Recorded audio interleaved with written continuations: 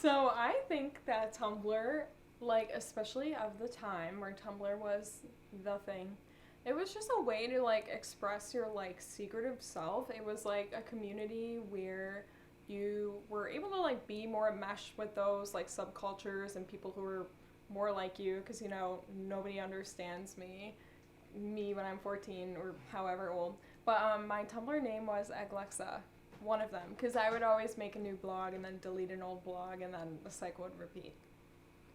My name is Alexa. I am 23 years old right now. I joined Tumblr when I was probably 13-ish, like 7th, 8th grade area, I think.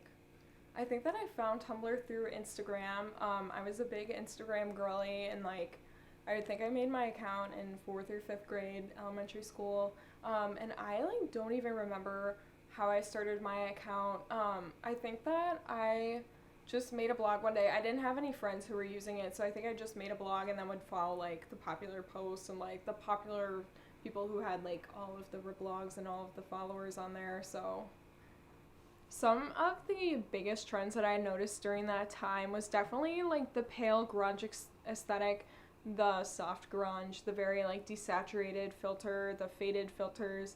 Um, a lot of the music too was very like um, very alternative, like indie pop or like soft rock even you could say.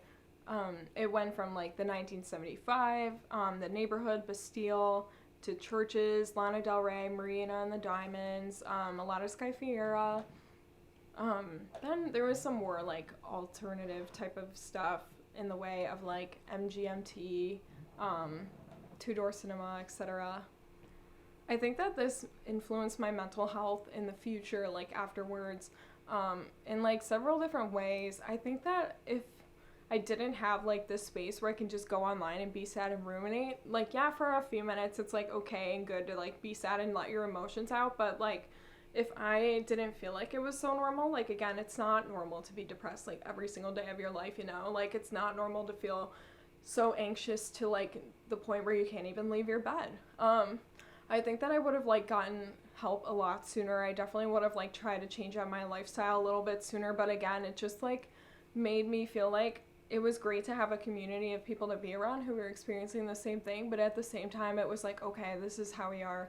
We're just going to be like this. This is who I am and there's like no changing it. So, I think it like I spent more time like being very sad, I'll say, like when I might not necessarily have had to, but I could have gotten help sooner, or like learned the signs or talked about it like with a trusted like loved one or whatnot.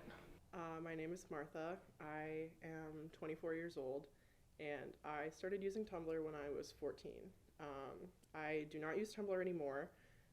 The app, I feel like, lost a lot of popularity a couple of years ago. I don't know, when I went to college, I think I kind of just gradually stopped using it, but it was definitely really prevalent through like my high school experience.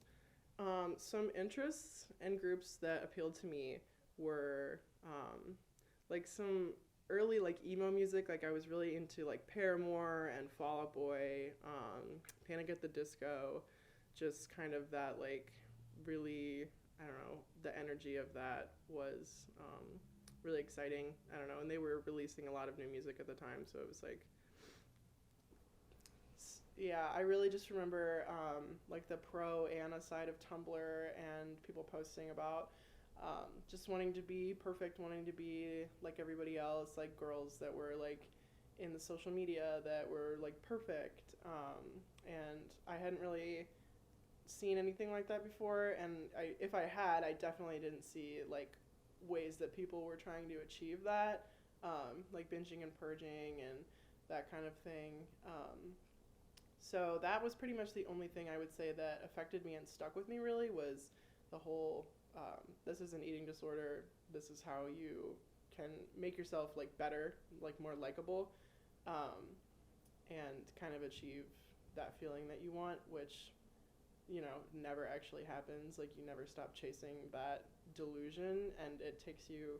It really took me like out of the present. I think like always trying to be better and like the best version of yourself, and seeing stuff on Tumblr and just wanting to look like that, wanting that to be the way that people perceive you, and it's very overwhelming sometimes. Tumblr is a social media and blog platform for probably people with mental illness.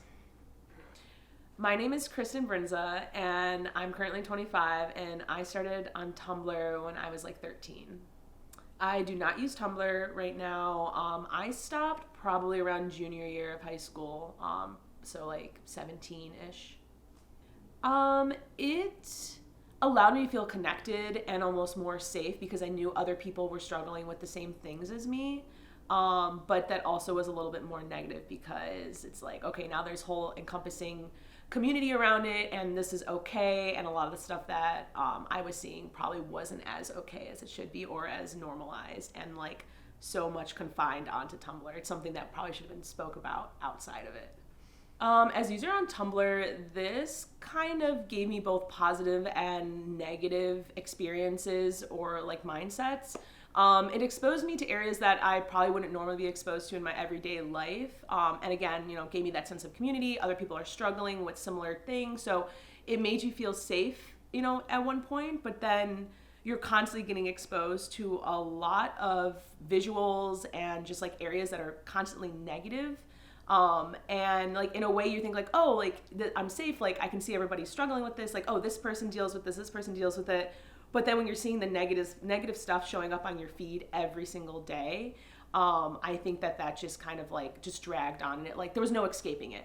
So it was like, okay, I'm trying to like better myself and try to be more positive, but then you open up the app and you're like, oh, it's all this negative stuff all over again, and now I can't escape it. It's just gonna keep looping over and over again.